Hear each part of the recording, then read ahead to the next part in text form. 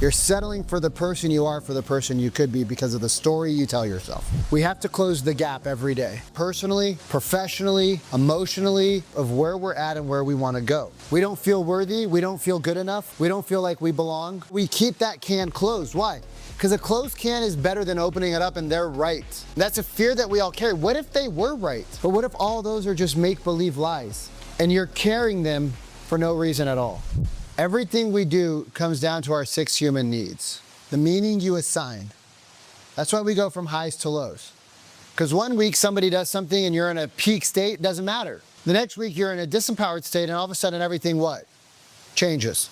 And it happens like that. And the only thing is that we gave that one situation, somebody on the street, hey, you're dumb. Okay, cool, whatever. The next week, somebody that you care about says, hey, you're dumb. All of a sudden, for months, because of the meaning we attach. Living in constant highs and lows keeps your body trapped in what? Fight or flight. When you assign a disempowering meaning to an event, I failed, I'm not enough, this will never work. Who's ever said this will never work? And we've tried one thing. Oh, well, I did everything. What did you do? Well, okay, I did 2 things. We put a disempowering meaning, you guys. We are not creatures of circumstances, we are creators of circumstances. Would you guys agree we create our own circumstances? The strategy we have in life comes down to our 6 human needs. Certainty, uncertainty, significance, love, connection, growth, and contribution. Now, we can't contribute if we're stuck in what? Certainty. We can't grow if we're stuck in certainty, because to be growing, we have to have a little bit of what? Uncertainty. And we have to be okay with the uncertainty, correct? So certainty, the need for safety, stability, comfort, predictability. The drivers are it reduces fear, creates control, provides security. Who here knows somebody who needs to live in certainty at all times? Everything has to be planned out. Everything has to be done the right way. Are those people the most fun to be around at all times? But are they good to have when you need to get stuff done? Okay. So remember, two sides of every sword. Right. Uncertainty, the exact opposite. Without variety, life is boring. Right? I need to do constantly new things. The need for change, surprises, new experiences, stimulation, excitement, it prevents boredom. Right? Michelle likes variety. Uncertainty, jumps in freezing cold water in the middle of God knows where. There's certainty locked into it because she was with a group. Significance, right? People that have a drive for significance, right? They need to feel important, valued, unique, validated, build self-worth and recognition around achievement. If I matter, I have a reason to keep going. Love and connection, the need to feel close, bonded, and supported by others, creates belonging with intimacy and trust. Without love and connection, life would feel empty for that person. Growth and contribution, those are our spiritual needs. When our other basic needs are met, we can now have spiritual needs, growth and contribution. But you can't grow and contribute to others when you're feeling unsure, unsecure, can you? Very difficult. So growth, the need to develop, expand, and improve, learning, progress, fulfillment. If I'm not growing, I feel like dying. And then we have contribution, which is the need to give and serve beyond oneself, create impact, meaning, and legacy. My life matters when I'm helping others. When you think about what needs you're trying to fulfill right now, what are your top needs? Not the ones you aspire to. What need have your patterns filled for you in the past? Is the same pattern, it's a different scenario, so it feels new.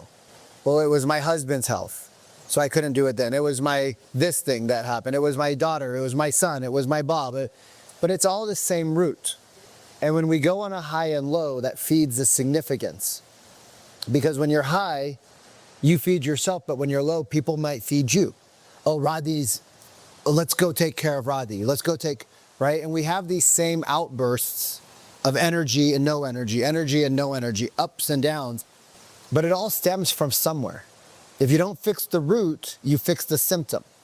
And if the glass is leaking, the glass is still leaking. Even if you keep filling it with water, you can overpower a leaky glass, but the glass has still got a crack in it. And if we don't figure out why the glass is cracked and why don't we change vessels, we keep coming back to the same thing. And we're all trying to serve our needs, which is our identity. And your identity is locked up into your needs, which is locked up into your story, which is locked up to your beliefs, which is locked up to your emotions, and it's locked up to your past. Everything we have is a good or a bad from when we were younger. And so whatever we have stems from that situation, right? The reason why people get obsessed with somebody or something is because they're filling so many of their human needs at one time. And we become addicted to the feelings that we contract when we're in these states of up and down. This up and down, this variety, this roller coaster that we live in, you're living on right now, is fueling your emotional state. And then that becomes an addiction. You are addicted to the highs and the lows. It makes you feel alive. And maybe if you were to actually take on the hobbies that you want that are better for you, you can change where those highs and lows come from. So instead of those highs and lows coming from an emotional roller coaster, those emotional highs and lows come from something else, but they don't change because your story still is embedded somewhere. Even if it's this much in your head, you got to get more leverage on it and you got to change your story. Your sister didn't control you. She never controlled you. You gave up your power because that's what you felt you needed to do as a child. Maybe you did, maybe you didn't, but it doesn't really matter. And if we start telling ourselves, well, my sister didn't control me, I let her have my power and autonomy. I could have fought back. I probably would have got in trouble. See, that's a different story, but we need to rewrite that story because you said my sister controlled me, right? No, my sister had a role in my life and I had a role in my life and I gave my sister that power and I've let her continue to keep it. Even though you've been working on it, right? Even though you've been working on it, that power is still held in your brain. And you guys, all it takes is one little rotten apple in a barrel to do what?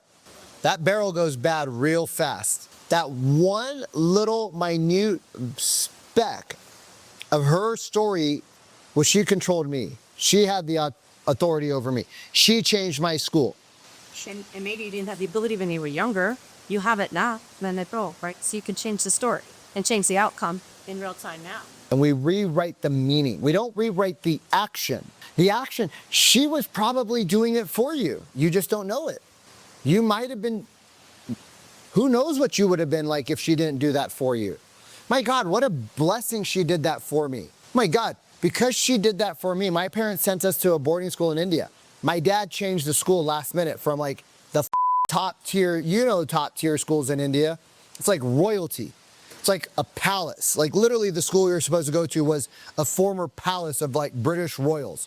I mean, it was insane. The school we ended up to, the back of the dormitories weren't finished. They had no running water. There was in every single stall piled up. The principal was an alcoholic. The food had literally bugs in it. Not like bugs here, like there was bugs crawling through, but I believe he made that change to make us better people, right? I had to watch my cousins leave the school. I'm sitting there in the playground and my cousins couldn't even say goodbye to me because they felt so bad that they felt like they abandoned us. My cousin says, to this day, I felt like I abandoned you. I'm like, bro, you couldn't have done anything. You were a kid. You were 1 year older than me. Like, what were you going to do? Tell my dad how I already told him. My dad was set. When he makes a decision, my dad's set. The school, the playground had rocks. We had to climb through the rocks and play on the rocks. People are like, you did the project. You followed the rocks. I'm like, I did that as a kid, right? You guys, who cares? We would have to put our feet on rails, and we'd have to sit in push-up position. If our arms dipped, they would whip us. If our butt dipped, and not with like a big stick, which just is heavy, they beat you with the bamboo, like the bamboo outside. Yeah, whack. I mean, this school was with a capital F. And I held that for, I would go to India and I would break out in sweats on the airplane. I would get so sick in India. I went 3 times.